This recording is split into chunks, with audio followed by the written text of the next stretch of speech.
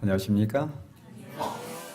하나님의 은혜가 오늘 모든 분들에게 함께 하시길 간절히 바랍니다. 어제는 제가 첫째 천사 기별에 대해서 말씀을 드렸는데 실은 시간이 좀 짧아요. 좀 더 자세히 좀 하고 싶지만 시간이 제한되어서 다 말씀드리지 못했습니다. 내일은 제가 셋째 천사의 기별에 대해서 말씀을 드리려고 합니다. 그럼 오늘은 뭐가 될 것 같습니까? 둘째가 되겠죠? 둘째 천사의 기별에 대해서 역시 이것도 실은 시간이 좀 많이 필요한 부분인데 하여튼 최대한 주어진 시간 동안에 해보도록 하겠습니다. 여러분의 도우심이 많이 필요합니다. 제목은 세 천사의 기별과 의료 선교라고 되어 있는데 어쨌든 우리가 예수님을 잘 알아야 다른 사람들에게 치료자 되시는 예수님을 잘 소개할 수 있을 것이기 때문에 제가 이렇게 제목은 붙였고요. 소제목은 둘째 천사의 기별이 되겠습니다. 어느 미국의 한 마을에 가뭄이 들었어요. 열 달 동안 비가 오질 않았습니다. 농부들은 하늘만 쳐다보면서 원망을 했어요. 비는 영원히 오지 않을 것처럼 하늘은 계속 맑았습니다. 농부들은 정말 난감해했습니다. 비가 와야 될 텐데 비가 안 오는 거예요. 마을 사람들의 생계를 위해서도 비는 아주 중요했습니다. 가뭄이 점점 심해지면서 교회에서는 비를 구하기 위한 기도의 모임을 계획했습니다. 그리고 온 마을 사람들에게 다 광고를 했어요. 여러분, 우리가 하나님께 기도를 드리도록 하십시다. 그러니 언제? 교회로 모이길 바랍니다. 하고 이제 광고를 다 내보냈습니다. 기도의 시간이 되자 사람들이 모이기 시작하는 거예요. 사람들이 모여들어서 서로 잡담을 나누면서 교회에 들어와서 이제 교회를 채우기 시작했습니다. 목사님이 이제 보니까 사람들이 적당히 모였단 말이죠. 그래서 이제 기도를 딱 시작하려고 이제 딱 단상에 섰는데 제일 앞에 조그만 여자아이가 앉아 있었습니다. 근데 그 여자아이만 우산을 가지고 왔어요. 그날 아무도 우산을 가져오지를 않았습니다. 무슨 내용인지 좀 이해됩니까? 네. 사람들은 기도하지만 믿지 않습니다. 사람들은 기도해야 한다고 하는 의무감에서 모였지만 이 아이는 응답을 보기 위해서 온 것이에요. 오늘 제가 이 얘기를 드리는 것은 믿음이 뭐냐 이거예요. 믿음이 무엇입니까? 오늘 제가 그 문제를 좀 성경 말씀을 좀 드리면서 여러분께 좀 설명을 드리길 원합니다. 히브리 11장 17절과 19절에 보면 아브라함에 대한 얘기가 등장합니다. 아브라함은 시험 받을 때에 믿음으로 이삭을 드렸으니 그래서요. 어떻게 드렸다고 그랬습니까? 믿음으로 드렸다는 것입니다. 아브라함에게는 딱 한 아들밖에 없어요. 이스마엘은 이미 나갔습니다. 하나님께서 내쫓으라고 말씀하지 않습니까? 왜 내쫓으라고 했는지는 제가 다음에 기회 되면 시간 된 말씀을 드리겠습니다. 이삭은 아브라함에게 하나밖에 없는 아들이에요. 만약 여러분께서 이와 똑같은 지시를 받았다면 여러분은 어떻게 반응했을 것 같습니까? 이건 옛날에 그냥 있었던 그런 얘기가 아닙니다. 이건 실제적인 얘기예요. 그렇죠? 근데 아브라함은 이삭을 드렸어요. 아브라함이 믿은 것은 하나님의 놀라운 능력이었습니다. 실은 아브라함이 아들을 낳을 때, 이삭을 낳을 때 전혀 사람의 능력으로는 아들을 낳을 수 없는 처지였어요. 아브라함 나이가 몇 세였다고 그랬습니까? 100세였습니다. 부인의 나이, 10살 차이였기 때문에 90세였어요. 이게 사람으로서는 도저히 아이를 낳을 수 없는 상황이었습니다. 그런데 하나님께서 그런 가운데에서도 믿었던 아브라함의 믿음을 보시고 결국은 인간의 상징 현상을 뛰어넘어서 이적을 베푸신 거예요. 아브라함에게는 그런 기억이 있었기 때문에 하나님께서 드리라고 말씀하셨을 때 물론 엄청난 갈등이 있었을 겁니다. 갈등하지 않았겠습니까? 이 아들 없어지면 우리는 왜 못 드리냐면 결과를 계산하기 때문에 그래요. 이 아들 죽으면 나의 후대 어찌 되지? 우리는 즉각 뭘 계산하면 결과를 계산을 합니다. 그렇기 때문에 우리는 못 드리는 거예요. 그런데 아브라함은 결과를 계산하지 않았습니다. 다 맡겼어요. 없는 데서 있게 하신 하나님이셨어요. 그렇죠?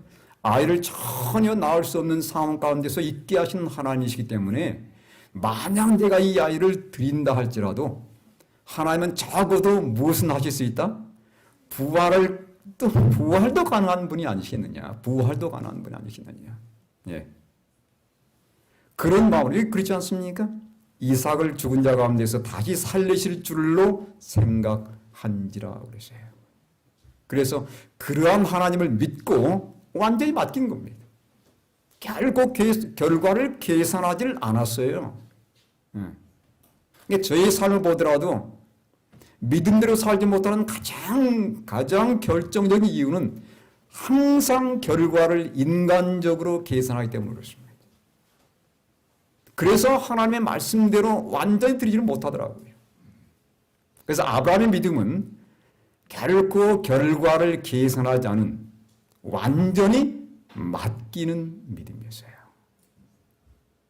성경에 말하는 믿음은 이런 것입니다.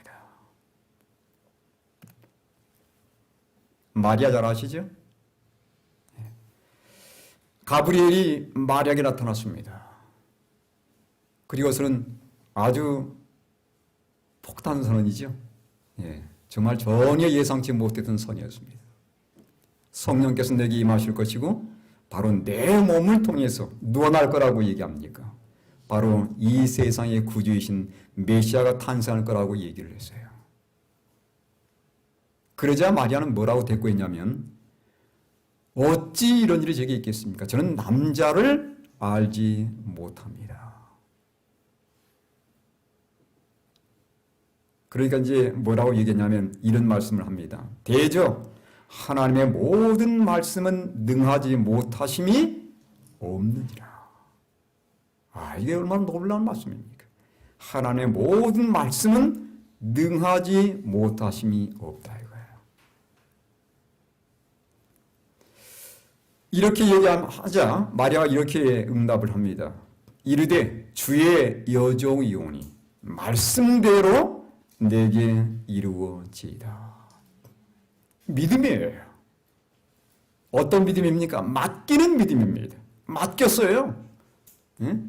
결과를 계산하지 않고 맡겼습니다.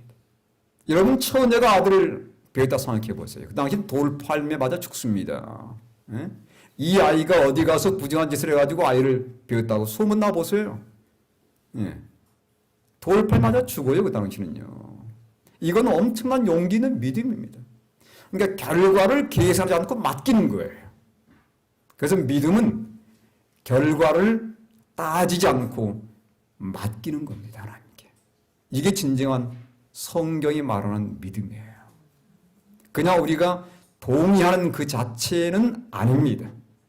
우리 보통 믿는다 할 때 나 그거 믿어요. 단순하게 얘기하는 그런 종류의 믿음이 아니라는 것이에요. 믿음은 완전히 미래가 보이지 않을지라도 맡기는 것이에요. 여러분, 성경에 나타난 그 수많은 믿음 가운데 가장 완벽한 샘플은 예수 그리스도의 믿음이에요. 저는 그 예수의 믿음을 어디서 찾냐면 누가복음에서 찾아봅니다. 22장 41절과 42절입니다. 그들을 떠나 돌 던진 만큼 가서 무릎을 꿇고 기도하여 이르시되 아버지여, 만일 아버지의 뜻이거든 이 잔을 내게서 옮기시옵소서. 지금 예수님께서 인성이 떨리는 때였습니다. 인간적인 생각으로는 안 하고 싶어요. 그죠? 하나님과 완전한 결별입니다. 어제 제가 말씀드린 둘째 사망이거든요. 예수님은 그분이 마실 잔의 결과가 무엇인지를 아셨어요. 그러니 이 잔을 받고서 그 인생이 떨렸다고 그랬어요. 그런데 예수님께서 그 흔들림의 시기에 어떻게 결정하셨습니까? 이게 이제 예수님의 믿음입니다. 내 원대로 마셨고, 내 원은 뭐예요? 지나가게 하는 겁니다. 안 마시는 거예요. 회피하고 싶은 겁니다. 이 결과가 무엇인지를 알기 때문에 내 원대로 마셨고 아버지의 원대로 되기를 원하나이다. 완전히 맡겼습니다. 맡겼어요. 누구를 위해서입니까? 자신을 위해서가 아니고 나를 위해서요. 나를 위해서. 내 한 사람을 위해서. 예수님께서는 그분을 생각지 않고 완전히 하나님의 뜻대로 되기를 맡기셨습니다.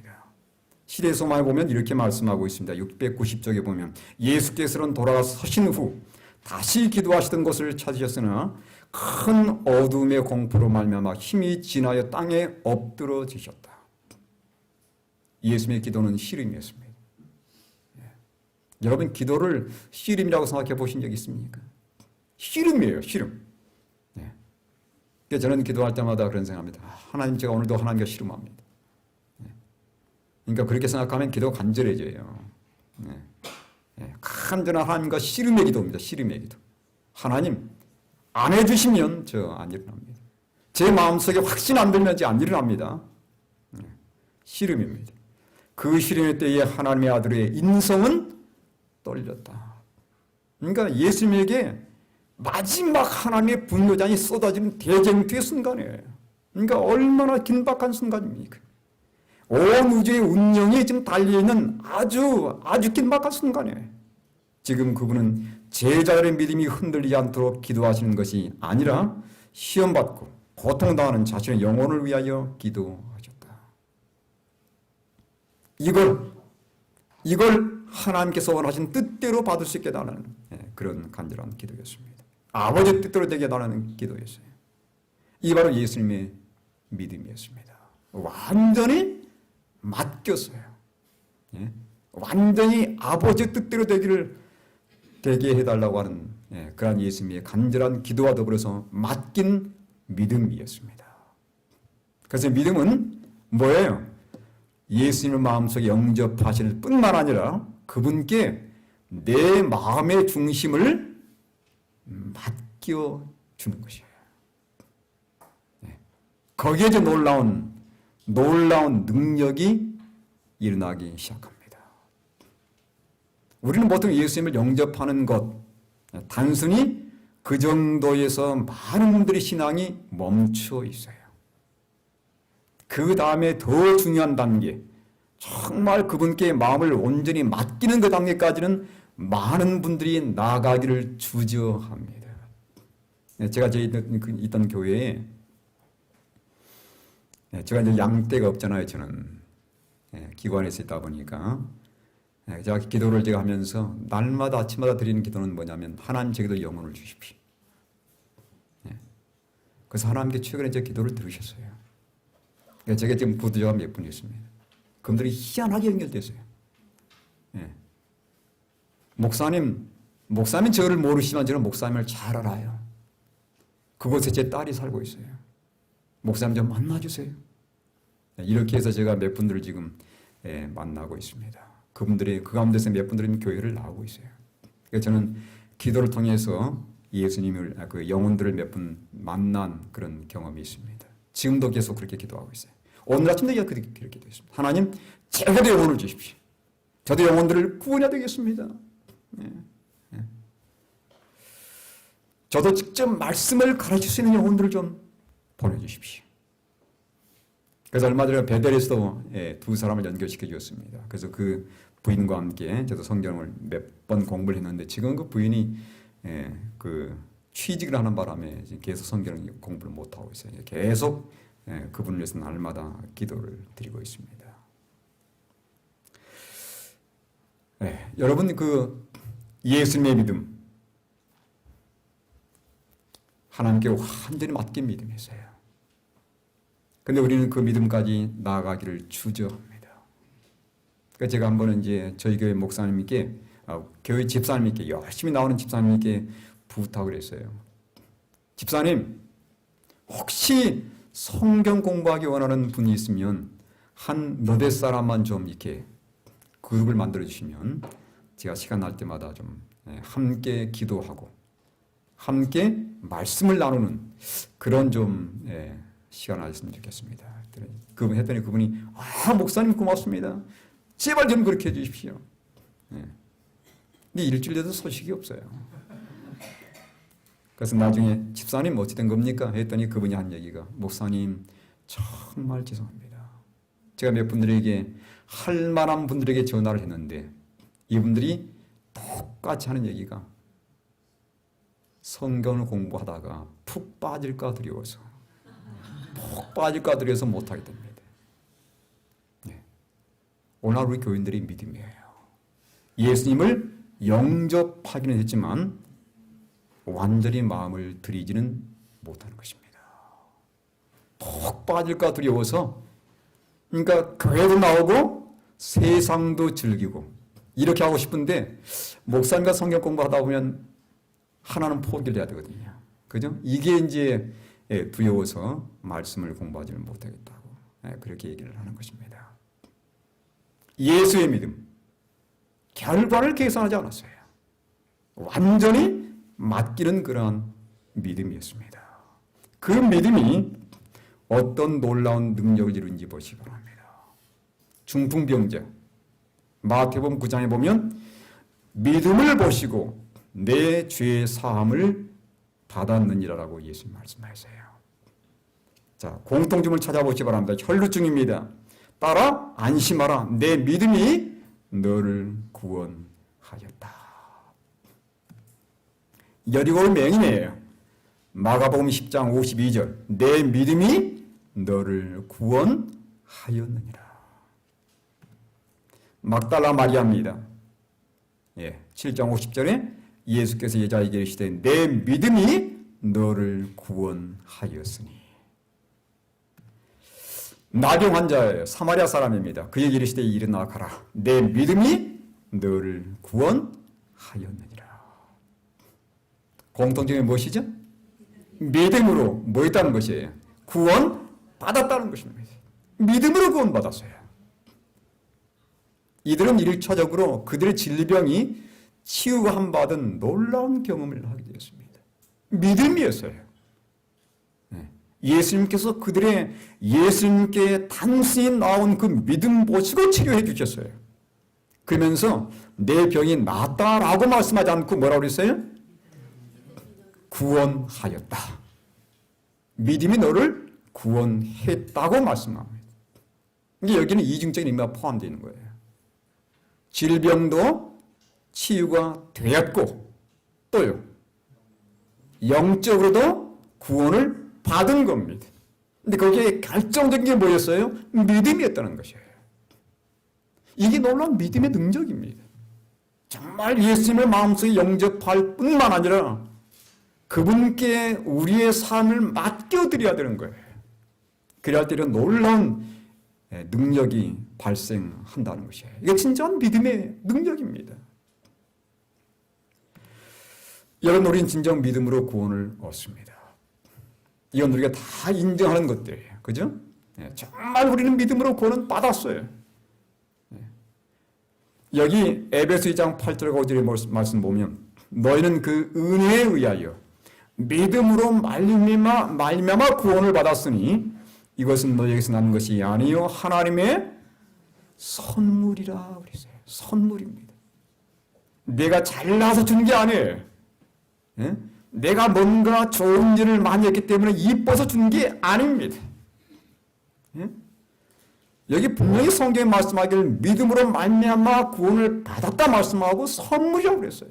그러니까 받을 만한 가치가 전혀 없는 사람인데도 불구하고 단순히 예수님께 나와서 그분께 맡기는 그 믿음 보시고 우리에게 이 놀라운 선물을 줬다는 것이에요. 그 다음에 뭐라고 말씀합니까? 행위에서 난 것이 아니라는 거죠. 잘할 게 있습니까? 아무것도 잘할 게 없어요. 내가 그때 아주 잘해가지고 내가 구원받았어. 내가 안식일을 잘 지켜서 구원받았어. 아닙니다. 내가 많은 봉사활동을 했기 때문에 그 결과로 하나님께 구원해 주신 거야? 아니에요.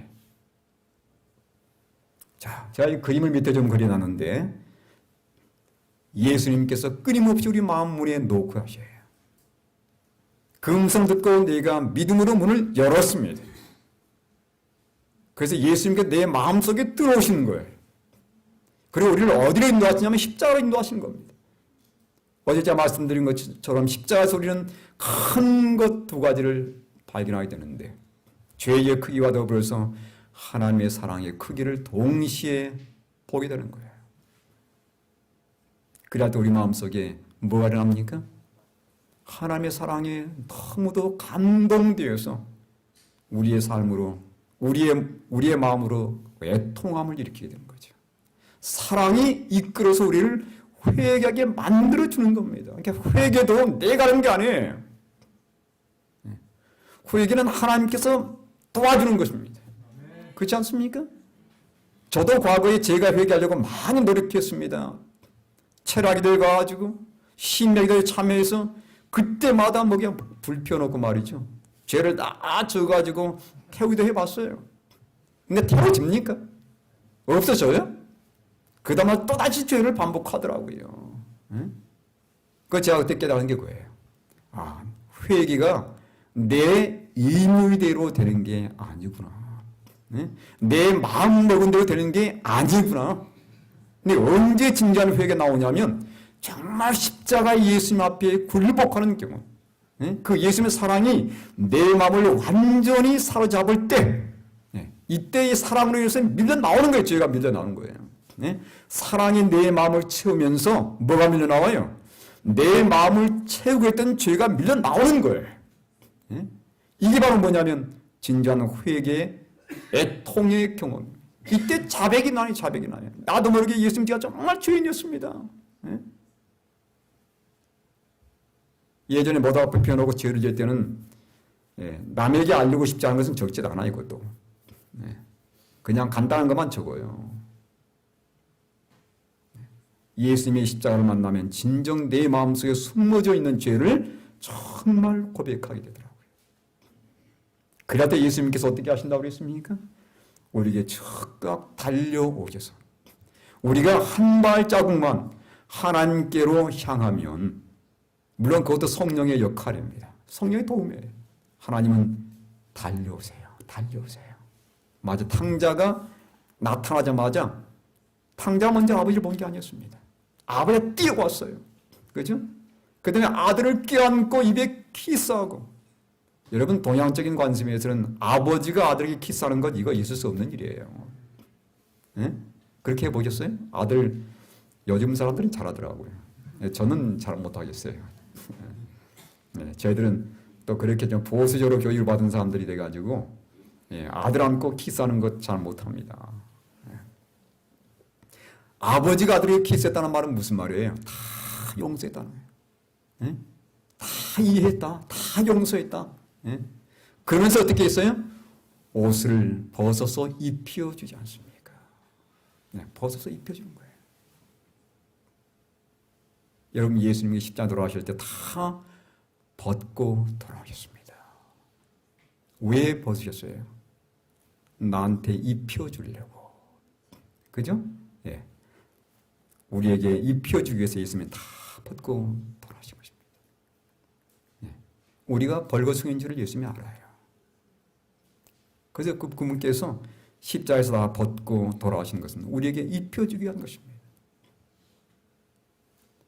이 옷이 언제 우리에게 제공되냐면 내가 예수님을 만나고 내 죄가 진정 하나님의 사랑으로 고백이 될 때 이 옷이 우리 각자에게 제공이 되는 것입니다. 하나님은 다 준비해 놓으셨어요.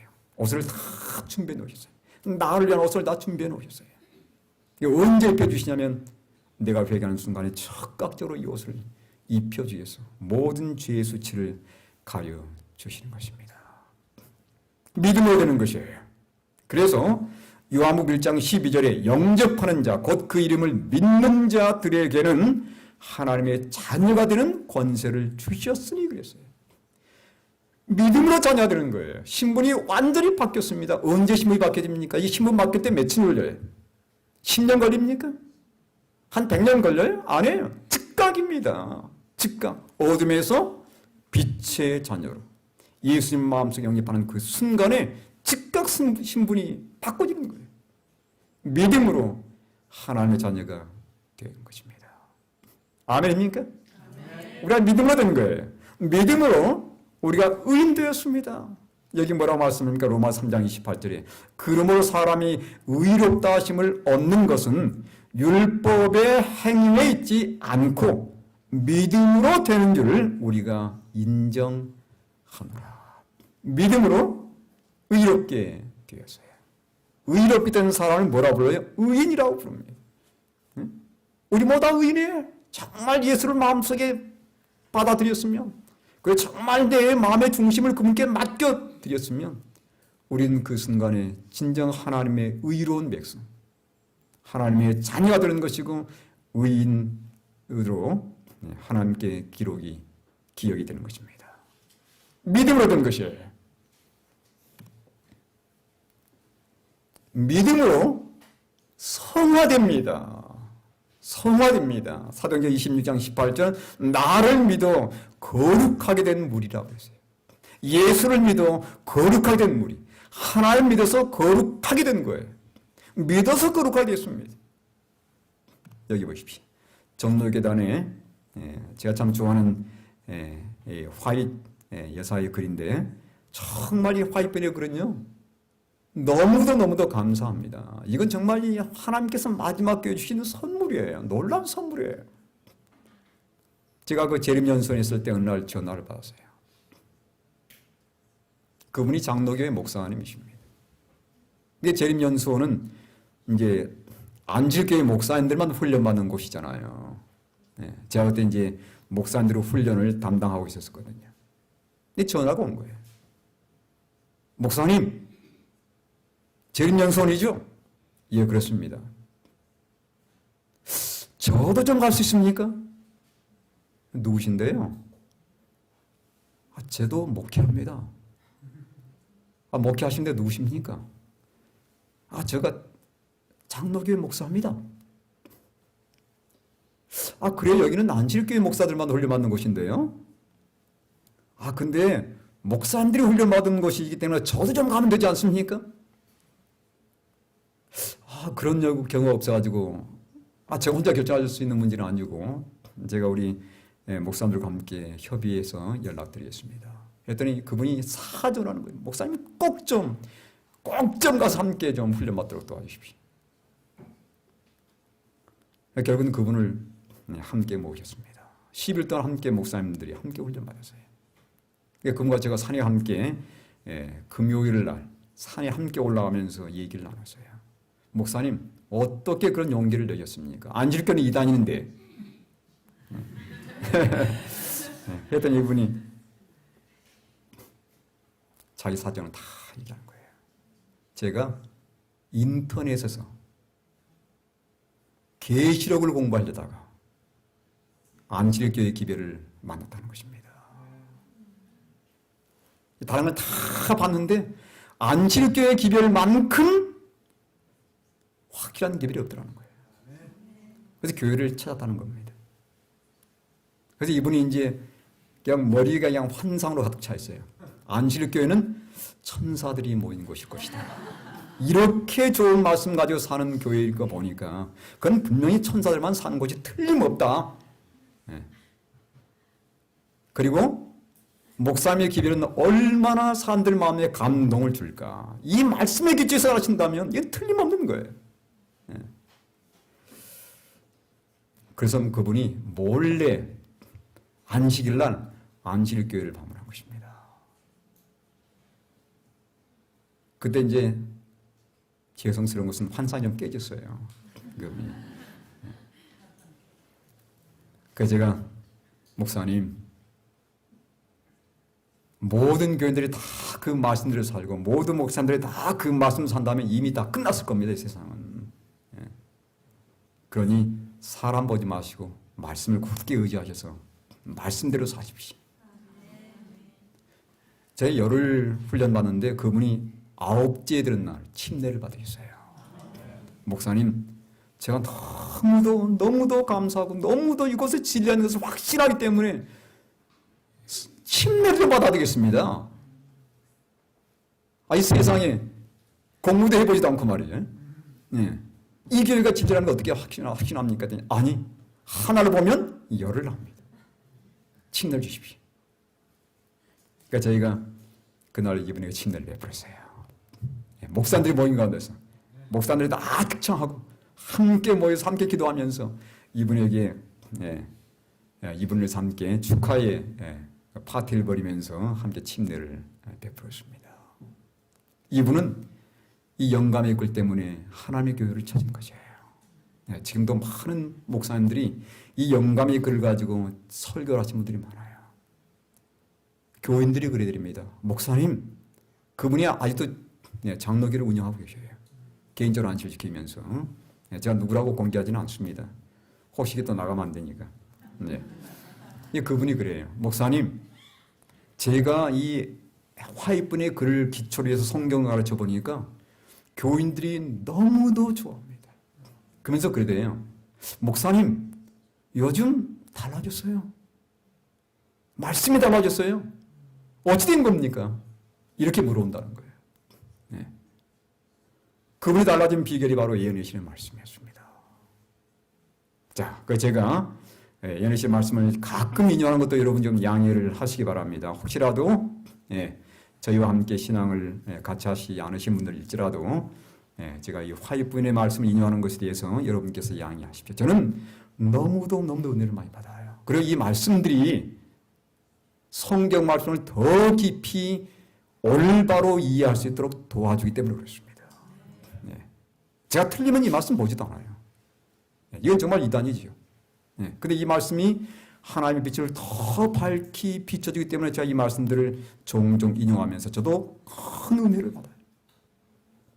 여기 이렇게 말씀하지 않습니까? 그대들은 자신의 죄를 속할 수도 없고 자신의 마음을 변화시킬 수도 없으나 자신을 하나님께서 행하신 줄로 믿었으니, 그 다음 보세요.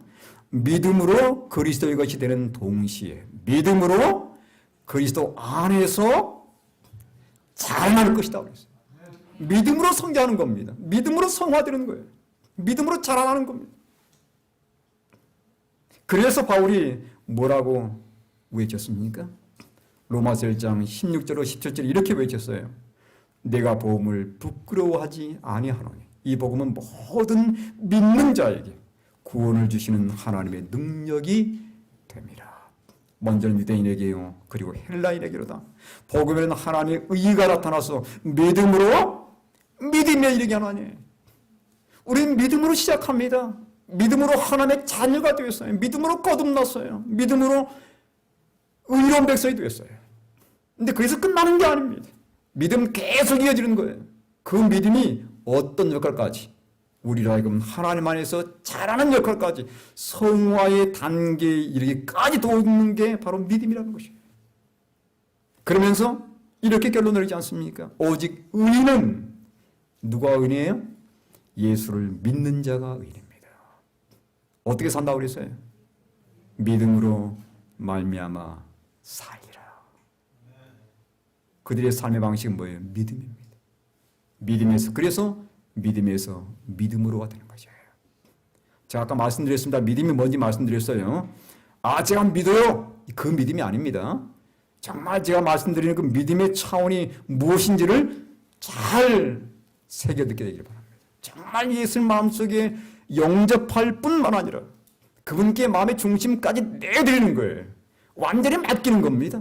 이게 진지한 성경에 말한 믿음이에요. 그런 믿음을 가진 자들에게 이 놀라운 과정들이 계속해서 이어지는 것이에요. 자, 여기까지 아멘입니까? 그 다음에 이제 여기까지 여러분이 아멘 하셨으면 이제 둘째 천사 기별을 들을 준비가 되는 것이에요. 둘째 천사 기별을 가겠습니다. 여러분 계시록 14장 8절에 보면 또 다른 천사가 둘째가 그들을 따라 말하되 무너졌도다 무너졌도다 큰 성 바벨론이여 모든 나라에게 그의 음행으로 말미암아 진노의 포도주를 먹이던 자로다 하더라. 이게 둘째 천사의 기별입니다. 요한계시록 14장 8절에 나와 있는 말씀이에요. 여러분 성경에 보면 여기 제가 이제 빨간 글씨로 써진 부분을 좀 보시기 바랍니다. 그의 음행으로 말미암아. 이게 바벨론의 특성은 뭐냐면 음행이에요. 음행이란 말은 결혼 관계와 연관되어 있는 말씀입니다. 그렇죠? 예. 그래서 성경에 보면 믿는 자들은 예수님과 이미 결혼 관계를 맺는 백성들이라고 말씀하고 있어요. 이사야 54장 5절의 말씀입니다. 이는 너를 지으신 이가 내 남편이라고 그랬어요. 예수를 믿는 자들을 예수님은 신부로 받아들이는 겁니다. 예수는 우리의 영적인 남편이 되는 거예요. 에레미야 3장 14절 여호와의 말씀이니라 배역한 자식들아 돌아오라 나는 너희 남편입니다. 이건 놀라운 특권입니다. 하나님께서 정말 이 먼지만도 못하고 우리 아버지 신집사님이 그렇게 기도했던가요? 정말 먼지만도 못하고 정말 쓰레기만도 못한 우리를 뭘로 취급해줘요? 신부로 취급해줘요. 이거 얼마나 놀라운 일입니까? 네? 우리 신부될 만한 자격이 없는 사람들입니다. 네? 정말 이렇게 불리기도 너무도 부끄러운 사람들이에요. 여기에 놀라운 하나님의 은혜가 들어있습니다. 예수님께서 야, 너 신부야. 응? 이게 얼마나 놀라운 특권이에요. 신부처럼 사시기 바랍니다. 예수님의 신부처럼. 근데 여러분 이 신부가 얼마든지 음행할 수 있다는 거예요. 그러니까 제가 로마서를 보면서 영적 음행이 무엇인지를 제가 보게 되었습니다. 로마서 7장 1절로 3절의 말씀을 제가 읽어드리겠습니다. 잘 한번 들으시면서 이 말씀의 의미가 무엇인지 한번 되새어 보시길 바랍니다. 형제들아, 내가 법 아는 자들에게 말하노니 너희는 그 법이 사람이 살 동안만 그를 주관한 줄을 알지 못하느냐? 남편이 있는 여인이 그 남편 생전에는 법으로 그에게 매인바 되나? 사실이죠? 결혼했으니까. 그죠? 남자는 여자에게, 여자는 남자에게 서로 주관하는 법이 있어요. 만일 그 남편이 죽으면 남편의 법에서 벗어나느니라. 뭐 할 수 있어요? 제거할 수 있어요.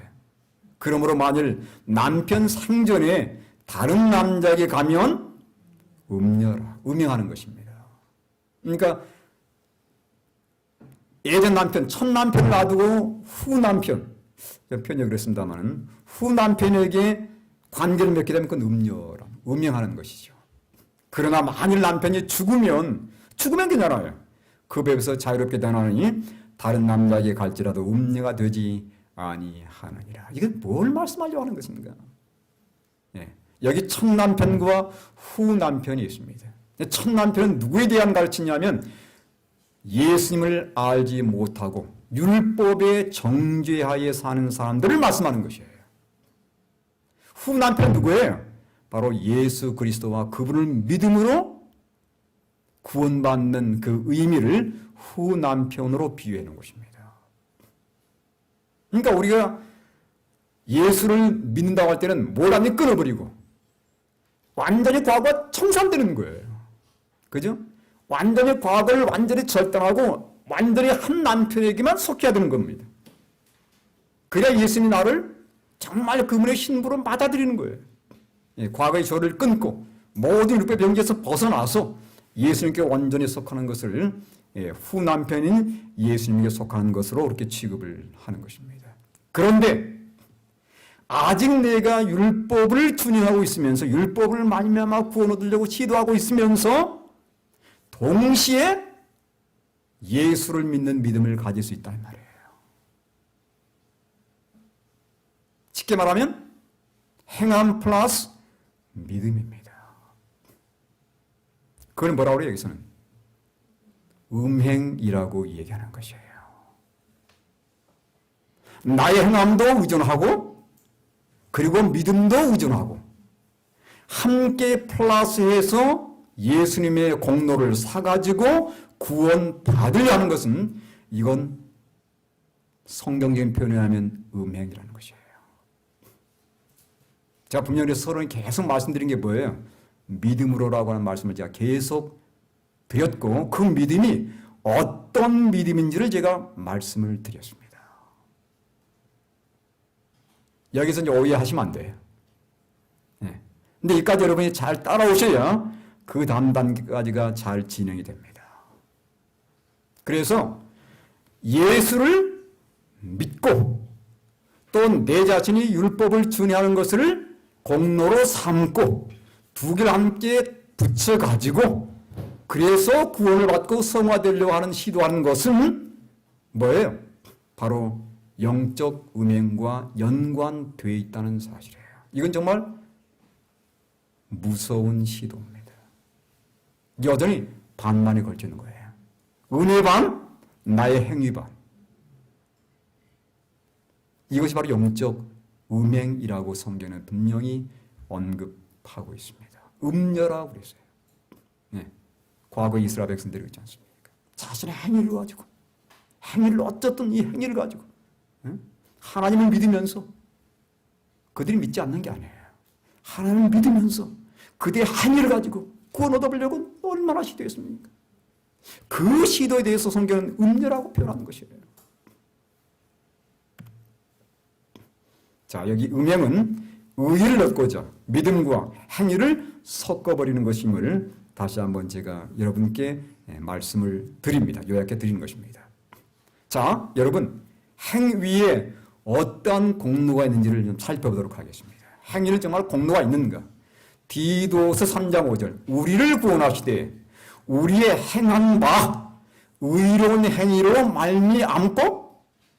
말미암지 아니하고예요. 그러니까 우리가 아무리 그것이 의로운 행위일지라도 쓸만한 행위일지라도 그 자체는 결코 하나님께 받을 수가 없다는 겁니다. 그것이 특별히 구원에 있어서 받는 바 되는 것이 아니라는 것이에요. 분명히 성경은 그렇게 말씀하고 있습니다. 로마 3장 27절 28절 예. 무슨 법으로냐? 행위로냐 아니라 오직 믿음의 법으로니라. 그러므로 사람이 의롭다 하심을 얻는 것은 율법의 행위에 있지 않고 전적으로 믿음으로 되는 줄을 우리가 인정하노라. 다시 한번 제가 여러분이 혼동되지 않도록 하기 위해서 말씀을 드리는 것입니다. 여기 시대의 소망이 이렇게 모습을 받고 있어요. 좋은 나무는 좋은 열매를 맺을 것이다. 다음에 또 이 말씀을 좀 인용할 수 있습니다. 만일 과실이 맛없고 가치가 없다면 그 나무는 나쁜 나무이다. 그와 같이 생애 가운데 열리는 열매는 마음의 상태와 품성의 타월성에 대하여 증언해 준다. 그 다음 보세요. 선한 행위는 결코 구원을 살 수 있다. 뭐라고 했어요? 없다라는 것입니다. 그러니까 우리가 구원을 얻기 위해서 나의 믿음 반 그리고 행위 반 섞어서 예수님께 나아가는 것은 그건 바로 무슨 행위냐면 바벨론의 음행과 동일하다는 것입니다.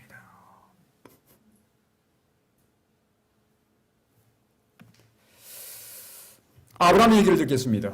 여러분 아브라함 얘기 잘 아십니다. 아브라함이 성경에 어디에 등장하냐면 그 창세기 11장 후반에 등장하기 시작해요. 창세기 11장 초반에는 어떤 사건이 등장합니까? 바벨탑이 등장합니다. 왜 사람들이 바벨탑을 쌓았어요? 이유는 한 가지예요. 믿지를 않았기 때문입니다. 하나님께서 뭐라 약속했습니까? 노아무 싸움이 내가 하늘에 뭘 주겠다? 무지개를 주겠다는 것이에요. 이 무지개는 무슨 표시예요? 다시는 물로 말미암아 세상을 멸망하지 않겠다는 하나님의 구원의 약속입니다. 이 사람들이 그걸 믿어야 안 믿어요. 시간이 지나면서 안 믿어요.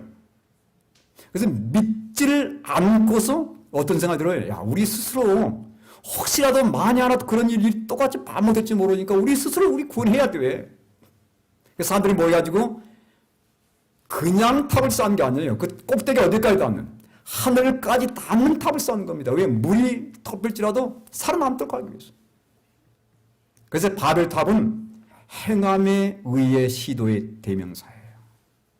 스스로 자신들의 노력으로 구원을 얻으려는 시도가 바로 바벨탑입니다. 근데 바벨탑 후에 하나님께 누구를 불러내시냐면, 다 흩어버렸죠? 누구를 불러내시냐면 아브라함을 불러내세요.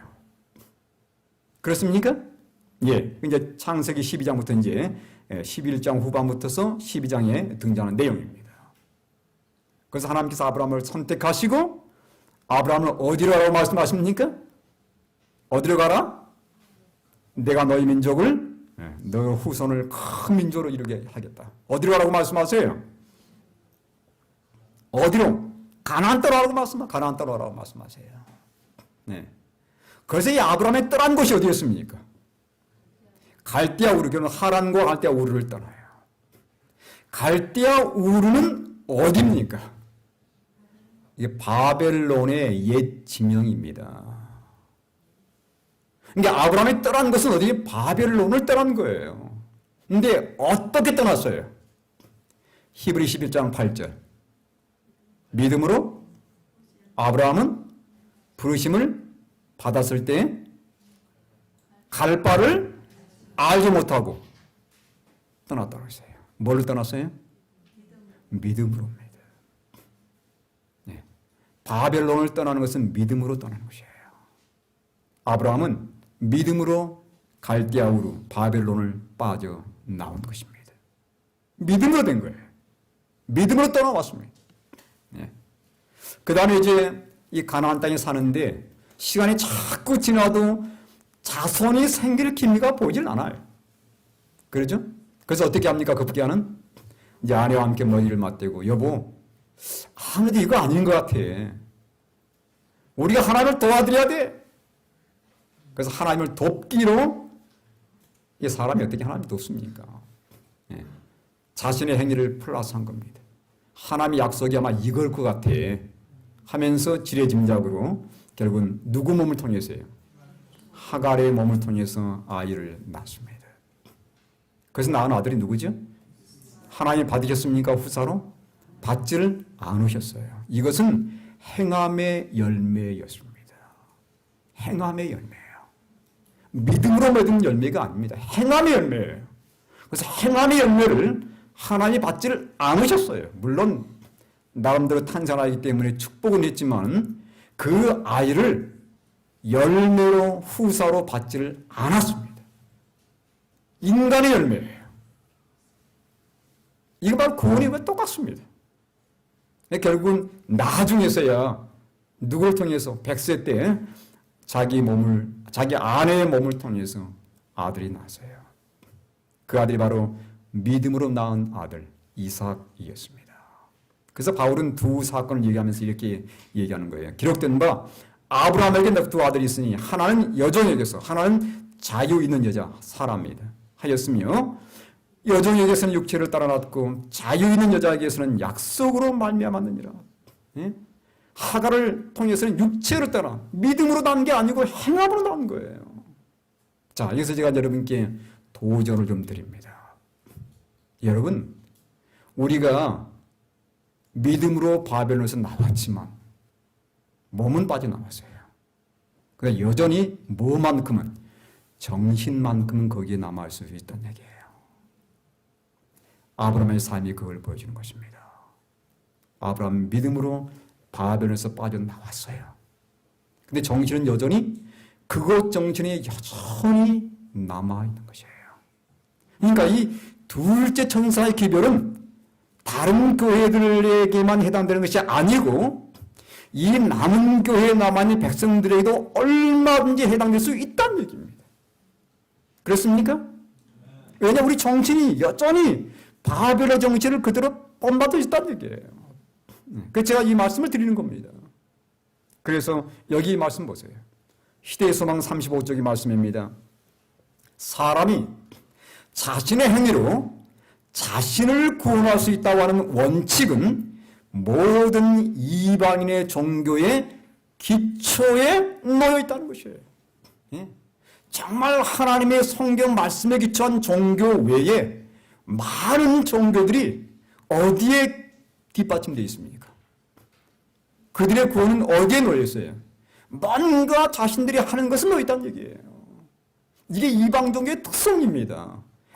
행함으로 말미암아 구원을 얻으려고 하는 것이에요. 이게 이방 종교의 특성이에요. 사단은 이것과 뭘 섞었어요? 하나님의 교회의 믿음과 이방 종교의 행함을 짬뽕시켰어요. 이게 바로 우리 교회에서 쉽사리 볼 수 있는 바벨론의 행태라고 하는 것입니다. 이 흔적이 아직도 우리 교회들이 남아있다는 얘기예요. 그래서 바벨론에서 나오라 하는 것은 결코 세상 사람들에게만 해당되는 것이 아니고 하나님의 교회에 몸은 담고 있지만 여전히 하나님의 진리를 온전히 이해하지 못하고 있는 우리들에게도 얼마든지 해당될 수 있다는 사실이에요. 그래서 우리 재림교인들이 성화돼야 돼. 이렇게 이제 가르치면 뭐라고 그래요? 자기 팔을 이제 걷어붙이기 시작하는 거예요. 그래, 지금부터 내가 뭔가 해봐야 돼. 하면서 어딜 걷어붙이고 자기가 뭔가 해보려고 이제 노력하는 겁니다. 그 순간부터 뭐가 없어져요? 얼굴에 웃음이 탁 사라지는 거예요. 어깨가 무거워지는 겁니다. 뭔가 내가 해야 되거든요. 네. 그래서 내가 뭔가 해야 됐다 나서는 순간부터 얼굴에 웃음은 사라지고 힘은 들어가고 그 다음에 그렇게 하지 못한 사람과 자꾸 비교가 되는 거예요. 그래서 뭐예요? 정죄하는 것입니다. 정죄하는 것이에요. 거기에 대한 얘기가 여러분 그 성전에 올랐던 두 사람 얘기하시죠? 바리새인과 세리 얘기해 보세요. 얼마나 자랑할 게 많습니까? 그런 자랑거리가 많았어요. 자기가 뭔가 해보려고 많이 노력했었습니다. 금식도 했어요. 11조도 잘 드려요. 열심히 안식도 지켜요. 네? 정말 계명대로 살려 노력했어요. 근데 세리는 아무것도 아닙니다. 네? 아예 그냥 멀찍이 떨어지지 않지 않습니까? 나는 저 사람과 함께 할 수 없어. 그래 정죄하는 거거든요. 우리가 전적으로 예수를 믿는 믿음이 없으면 우리는 언제나 자신의 한 가지 행위가 더해질 때마다 우쭐을 해지는 것이에요. 그러면서 다른 사람과 내 자신을 비교하려고 하는 것입니다. 예. 자, 그러면 도대체 목사님, 야고보서는 계속 행함에 대해서 말씀하는데 그럼 그게 뭡니까? 네. 여러분 성경은 너무도 놀라운 책이에요. 저는 처음에 이 말씀들을 이해를 못했습니다. 아니 여기서는 행하라고 여기서는 믿으라고 도대체 뭐냐 이거예요. 응? 도대체 어디 구석에 장단을 맞춰야 되느냐. 그래서 결국 나온 게 뭐예요? 믿음 플러스 행함이 나오는 거예요. 그래서 네? 그래서 결국 이제 중절, 이제 이 절충 이게 뭐냐면 그래 그럼 믿기도 하고 행함도 하고 이게 이렇게 나오는 것입니다. 근데 여러분 여기 잘 보세요. 이 말씀의 의미를 잘 파악하셔야 됩니다. 야고보 2장 14절에 이렇게 말씀합니다. 내 형제들아 만일 사람이 믿음이 있노라고 행함이 없으면 무슨 유익이 있으리요? 그 믿음이 능히 자기를 구원하겠느냐? 여러분 야고보서 말하는 것은 그 사람 믿음이 진짜냐 가짜냐를 보여주는 시금석입니다. 진짜 믿음이냐 이거예요. 정말 말로만 믿는 믿음이냐 아니면 진짜 믿음이냐 이것을 판가름해 주는 말씀이 야고보서 2장에 등장해요. 진짜 믿음에 뭐가 있다는 거예요? 진짜 믿음에는 반드시 열매가 있다는 거예요. 열매가 있다는 거예요. 정말 예수님을 마음속에 용접해서 하나님께 마음을 온전히 바친 사람들의 삶에는 열매가 있다는 겁니다. 믿음이 열매가 있어요. 믿음이 열매가. 근데 10수년 가도 믿음이 열매가 없어요. 교회를 다니지만 열매가 없어요. 변화가 없어요. 그건 믿는 게 아닙니다. 그 믿음을 말해준 게 뭐냐면 야고보서의 믿음이에요. 야고보서 행함이에요. 참된 믿음과 거짓 믿음에 대한 분별, 이걸 가르쳐주는 게 야고보입니다. 믿음도 무슨 믿음이 있다고요? 모조 믿음이 있다고 그러잖아요. 모조 믿음. 모조 믿음이 있어요. 모조 믿음. 여기 보십시오. 야고보서 2장 17절은 이와 같이 행함이 없는 믿음은 그 자체가 죽은 것이냐. 정말 그 믿음에 열매가 있느냐 이거예요. 열매가 있느냐. 악한 사람아 행함이 없는 믿음이 헛것인 줄을 알고자 하느냐. 행함 플러스 믿음이 믿음 플러스 행함이 아닙니다. 믿음이지만 정말 그 믿음이 어떤 믿음이냐 이거예요. 영혼 없는 믿음이 죽은 것 같이 행함이 없는 믿음은 죽은 것이니라. 정리일단 다시 한번 보십시오. 60쪽에 이렇게 말씀합니다. 믿음은 사람을 순종의 책임에서 벗어나게 하는 것이 아니요. 오히려 그 믿음만이 우리로 하여금 순종할 수 있게 해준다는 것이에요. 정말 내가 예수님을 만나서 그분을 마음속에 맞아들이고 그분을 진정 사랑하는 경험하게 되면, 정말 그래서 그분께 내 마음을 드리는 경험하게 되면 하지 말라고 해도 해요. 너무도 기쁘니까. 너무도 감사하니까. 열매입니다. 내가 하는 게 아니었고 내 안에 계신 예수님께서 하도록 이끌어 주시는 것이에요. 여러분 성경 그런 표현들이 많이 등장하는데 좀 이따 보도록 하겠습니다. 시대소망 126쪽. 믿음은 조금도 추측과 관련이 없다. 참된 믿음을 가진 자만이 추측에서 벗어날 수 있는데 추측은 사탄의 모조판 믿음이라는 것입니다. 가짜 믿음이 있어요. 정말 예수를 믿는다 하면서 전혀 그들의 삶의 열매가 없는 그 믿음은 가짜 믿음이에요. 믿음은 하나님의 약속들을 주장하고 순종의 열매를 맺는다. 순종의 열매가 오는 것입니다. 제가 같은 교회에 한 장로님이 계셨습니다. 이분은 참 희한한 분이에요. 그래서 그 교회에 목사님들 올 때마다 이분은 항상 다퉈요. 직원이 들어가면 별것 아닌데도 이분은 항상 다퉈요. 그래서 이제 목사님들이 새로 올 때마다 이분은 전투할 준비가 되어 있는 것입니다.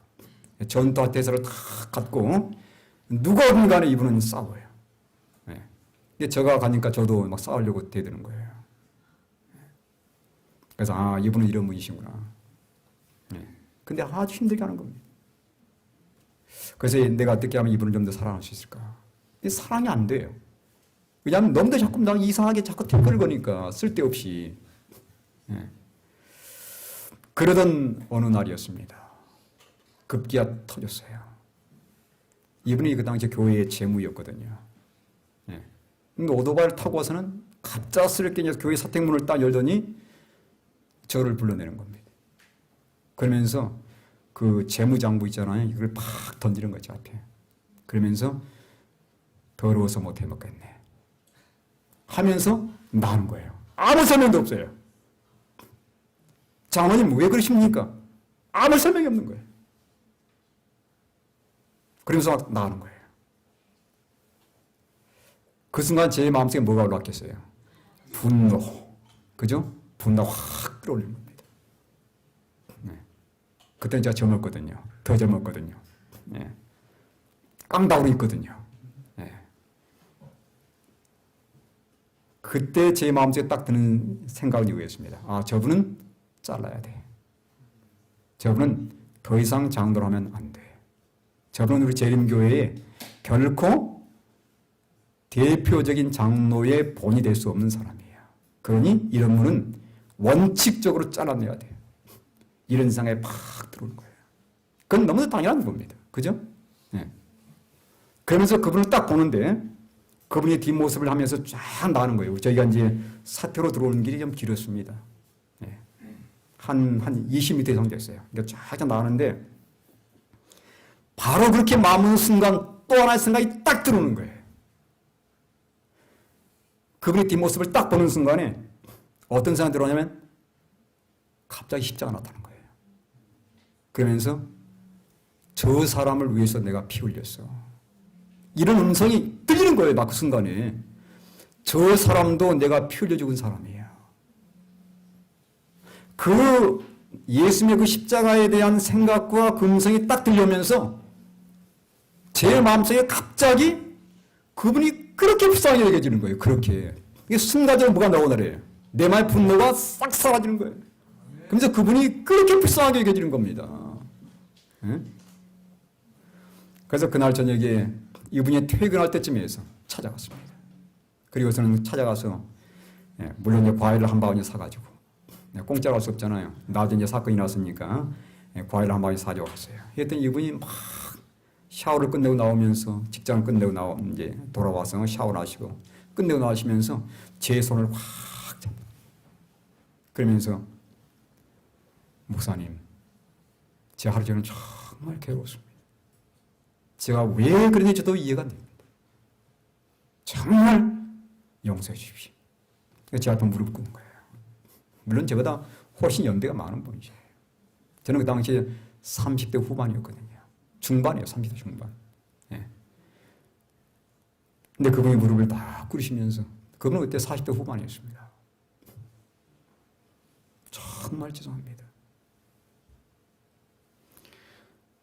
여러분, 제가 그때 십자가의 용서를 제가 체험하지 못했다면 그분을 용서할 수 없는 거예요. 왜 우리가 용서가 안 될까요? 아직 우리가 십자가의 용서를 경험하지 못했기 때문입니다. 네. 여러분, 주기도문에 예수님께서 뭐라고 그랬습니까? 내가 나의 죄를 사하준 같이 나의 죄를 사하여 주옵시고. 그 말은 무슨 표현이에요? 예수님이 나의 죄를 다 용서해 주셨으니 나도 용서할 수 있게 해달라는 그 말씀입니다.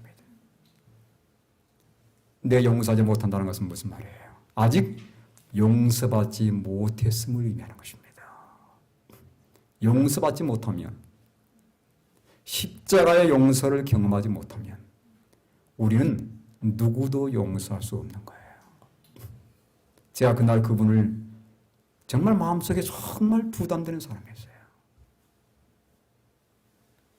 만나기 꺼려지는 사람 있잖아요. 괜히. 예? 이 길로 오면 저 길로 피하고 싶은 사람 있잖아요. 그분은 그런 분이었습니다. 예? 직원이 들어와서 뭐 말하기 안 무서워요. 겁나요. 왜? 이 뭐 반대로 하는 분이니까. 예. 근데 그 용서의 경험과 더불어서 이분이 완전히 달라졌어요. 모르겠습니다. 제가 있을 때만 그런지 모르지만 그거는 모든 게 다 목사님 원하신 대로 하십시오. 목사님, 예. 제가 그 교회 떠날 때까지 그분이 완전히 저한테 100% 서포트를 하셨어요.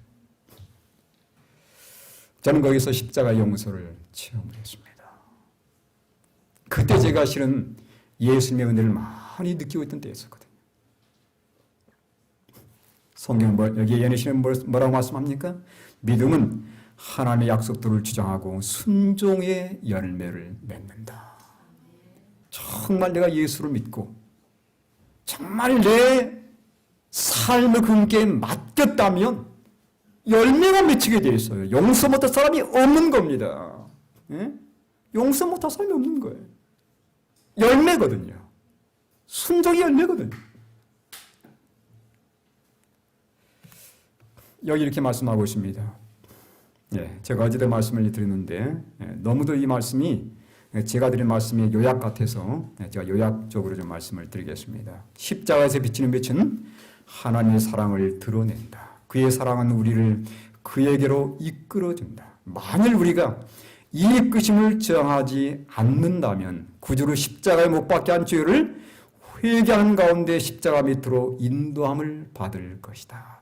그때 믿음으로 말미암아 하나님의 영이 사람의 심령에 새 생명을 지어준다. 그 다음 보세요. 사상과 욕망은 그리스도의 뜻에 순종하게 된다는 것이에요. 믿음으로 되는 것입니다. 믿음의 열매예요, 이게 바로. 순종하겠다는 겁니다. 심령은 우리들 속에 역사하시어 모든 것을 자기에게 복종하게 하시는 그분의 형상대로 새로 지음을 받는다. 거듭남입니다. 거듭난 마음속에 하나님께서 들어오시는 거예요. 그리고 믿음이 열리면 맺히도록 도와주는 것입니다. 이게 순종으로 나타나는 것이죠. 그러나 순종은 결코 공로가 아니라 제가 여러 번 말씀드렸습니다. 공로가 아니에요. 우리는 전적으로 믿음으로 순종하게 되는 겁니다. 그때에 하나님의 율법이 심령에 쓰여지게 되며 이건 놀라운 편이에요. 우리는 그리스도와 더불어 나의 하나님이여 내가 주의 뜻 행하기를 즐기오니 라고 말할 수 있게 된다. 사람이 사람을 만나면 그분을 위해서 일하는 게 너무도 즐거워. 그렇지 않습니까? 너무도 즐거운 거예요. 남을 사랑하는 게 너무도 즐거운 것입니다. 눈이 바뀌어요. 눈이 바뀌게 되어 있어요. 사람 보는 눈이 바뀌게 되어 있습니다. 제 아내를 보는데 달리 보이더라고요. 얼마나 달리 보이는지 몰라요. 제 아이들을 보는데 달리 보이는 거예요. 하나님의 사랑을 만나니까 말이에요. 제가 이렇게 한 게 아니었습니다. 제가 예수님께 맡기고 그분의 사랑이 내 마음속에 차지하게 되었을 때 그분께서 일으켜 주신 반응이었어요. 그분께서 순종하게 도와준 겁니다. 원수 같은 아내가 뭐가 되는 거예요? 가장 사랑스러운 아내가 되는 거예요. 우리 모두에게 우리 집안에 원수가 있잖아요. 그 원수가 사랑의 대상으로 바뀌어지는 것입니다. 내가 할 수 있는 게 아니더라고요. 정말 예수님께 맡기고 그분의 사랑이 나를 차지하게 됐을 때 그분의 사랑으로 만나면 이루어지는 것이었습니다. 여기 이 말씀을 좀 보겠습니다. 히브리 8장 10절입니다. 또 주께서 이르시되 그날 후에 내가 이스라엘 집과 맺을 언약은 이것이니 내 법을 어디에? 그들의 생각에 두고 그들의 마음에 이것을 기록하리라. 여러분 십계명을 누가 기록하셨죠? 하나님이 기록하셨습니다. 직접 기록했어요. 불러준 게 아닙니다. 직접 하나님께 두 돌판에 기록하셨어요. 그런데 그분이 이제는 어디에 기록하겠다는 겁니까? 우리의 마음판에 지워지게 안 지워지게 안 지워지게 기록하겠다는 직접 그분의 팔로 직접 기록하겠다는 겁니다. 안 지워지는 거지요. 이게 바로 입맞은 거 아닙니까? 이게 바로 입맞은 거. 네? 이미 하나님께 기록해 주셨어요. 근데 우리가 연약하기 때문에 때론 넘어지기도 합니다. 그러나 이미 하나님께서 우리 마음속에 이 판을 이걸 기록하였어요. 하나님이 지우지 않는 한 이건 지워지지 않는 겁니다. 이미 하나님께서 우리 마음에 기록했다고 말씀하세요. 그래서 자동적으로 우리가 예수님을 믿고 정말 그분을 사랑해야 될 때 자동적으로 하나님의 계명은 지켜지는 겁니다. 그러나 이것은 결코 뭐가 아니에요? 공로가 아니에요. 내가 한 것이 아니었습니다. 나의 공로가 아니에요. 만약 내가 안식일을 잘 지켜서 나의 공로로 지켰다면 하나님께 자랑할 게 많죠. 하늘에 간 사람 치고 아무도 자랑할 게 없습니다. 여기 에스겔 36장 26절 27절 또 새 영을 너희 속에 두고 새 마음을 너에게 주되 너 육신에서 굳은 마음을 제거하고 심장 수술입니다. 하나님께서 우리에게 놀라운 수술을 행하셨어요. 예전에 죄를 밤에 많이 딱딱하게 암덩어리처럼 되어버린 뭘 떼냈어요? 굳은 마음을 떼내버리고 그 안에 뭘 이식하셨습니까? 새 마음을 이식해 주셨어요. 그러면서 뭐라고 말씀하세요? 내 영을 너희 속에 두고 너희로 내 율례를 행하게 하리니 너희가 내 규례를 지켜 행할지라. 여러분 이식하는 사람들 보니까 약을 먹더라고요. 그죠? 왜냐하면 이게 다른 게 들어왔으니까 이게 심장에 우리가 이식 수술을 받았어요. 약을 먹어야 됩니다. 무슨 약이에요? 말씀의 약이에요. 왜? 그래야 이게 다시 암으로 재발하지 않습니다. 그래서 성경은 말씀을 뭘로 비유해요? 칼이에요, 칼. 그 칼 남 찌르라고 준 게 아닙니다. 우린 그 칼 가지고 남 많이 찔러왔어요. 그죠? 그 칼 남 찌르라고 준 게 아니에요. 그 칼 가지고 내 안에 재발하는 영적 암을 떼내라는 것입니다. 그러려고 우리에게 칼을 맡긴 거예요. 예수님께서 우리에게 심장수술을 해주시잖아요. 예. 재발하지 않도록 다시 그 떼내 버리신 그 암이 재발하지 않도록 칼로 베내는 경험을 해야 되는 것입니다. 그래서 예수님이 뭐라고 말씀하세요? 참 놀랍습니다. 또 내 영을 너희 속에 두어 너희로 내 율례를 행하게 하리니. 예수님께서 도와주셨어요. 그분께서 하도록 해주셨습니다. 예? 하나님의 법을 지킬 수 있도록 그분이 해주셨어요. 그래서 너희가 내 규례를 지켜 행할지라. 내가 다 해주마. 예? 맡겨, 내게 맡겨. 내가 다 도와줄게. 그래서 성경에 나와 있는 명령은 그분께서 해주겠다는 약속이고 허락이라는 것입니다. 그래서 저는 제가 못하는 것일 때마다 하나님 저 이거 못하겠어요. 도와주세요. 예. 하나님께 맡기는 것이에요. 하나님 이거 안 됩니다. 이거 안 됩니다. 도와주세요 하나님. 예. 여러분 하나님께서 우리에게 계명 주신 이유는 바로 그거예요. 너희 지킬 수 있어? 못 지킵니다. 지키지 말라 준 게 아니에요. 너희가 못 지키지 내가 도와주마. 공로는 누구한테? 예수님께입니다. 우리가 그걸 내 혼자 다 지킬 수 있다면 우리는 내 공로에 돌릴 거예요. 그래서 그거 잘 지켜도 하늘에 왔다 그럴 겁니다. 우리 못 지킬 거 알아요. 그래서 너 못 지킬 거야. 내가 도와줘야 돼. 그래서 하나님께서 성령의 능력을 통해서 우리가 하나님의 계명을 지킬 수 있도록 믿는 자들에게 지킬 수 있도록 도우시는 것입니다. 그 전적으로 누구의 공로예요? 예수 그리스도의 공로예요. 그래서 하늘 간 사람 치고 아무도 이게 보세요. 이 하늘에 와 있는 사람들입니다. 아무도 자기 공로에 돌린 사람이 없습니다. 보니까 계시록 15장 3절 하나님의 종 모세의 노래 그리고 어린 양의 노래를 불러요. 여러분 모세 잘 아시죠? 네, 모세가 하나님의 백성들을 인도했습니다. 10개 재앙을 통과했어요. 그죠? 그리고 모세 지를 따라서 어디를 하나님이 물론 거기에 하나님의 전적인 도움이 함께 하겠어요. 모세 인도를 따라서 그들이 어디까지 건넙니까? 홍해를 마치 마른 땅 건너듯이 건넜습니다. 그런데 하나님의 전적인 도우셨어요. 모세는 예수 그리스도를 대표하는 것입니다. 그들이 하나님의 놀라운 은혜를 체험하고 어디에 섰습니까? 홍해 바닷가에 있었어요. 그들을 따라오던 모든 대적들은 한 명도 빠짐없이 다 물속에 수장되고 말았습니다. 하나도 남김없이라고 그랬어요. 출애굽기 14장 보면 하나도 남김없이 다 빠뜨려버린 거예요. 그들을 쫓아왔던 죄가 더 이상 쫓아오지 못하는 겁니다. 승리예요. 완벽한 승리예요. 그래서 모세와 함께 그 승리를 경험한 자들이 어디에? 홍해 바닷가에 서서 찬미를 불렀어요. 그 찬미의 주제는 뭐였습니까? 하나님이 다 이루셨다는 것입니다. 하나님이 다 이루셨다는 거예요. 그래서 그 모세의 노래가 불려지는 것입니다. 어린 양의 노래. 우리가 마지막 때 뭘 통과합니까? 7재앙을 통과하잖아요. 과거 이스라엘은 10재앙을 통과했고 우리 마지막 때 17재앙을 통과해요. 누구의 인도를 따라서? 어린 양 예수의 인도를 따라서. 그리고 마지막으로 요단을 건너서 하늘 가나안에 들어가게 될 것입니다. 어디에서 가지고요? 이제는 홍해 바닷가가 아니고 유리 바닷가에 있어서 어린 양에 대한 찬미를 부르는 것이에요. 공로는 누구한테 돌립니까?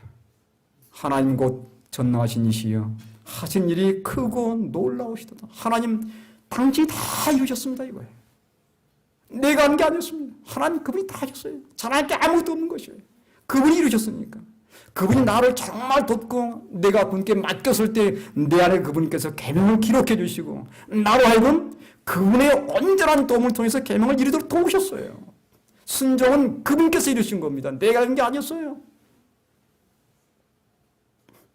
15장 4절도 마찬가지입니다.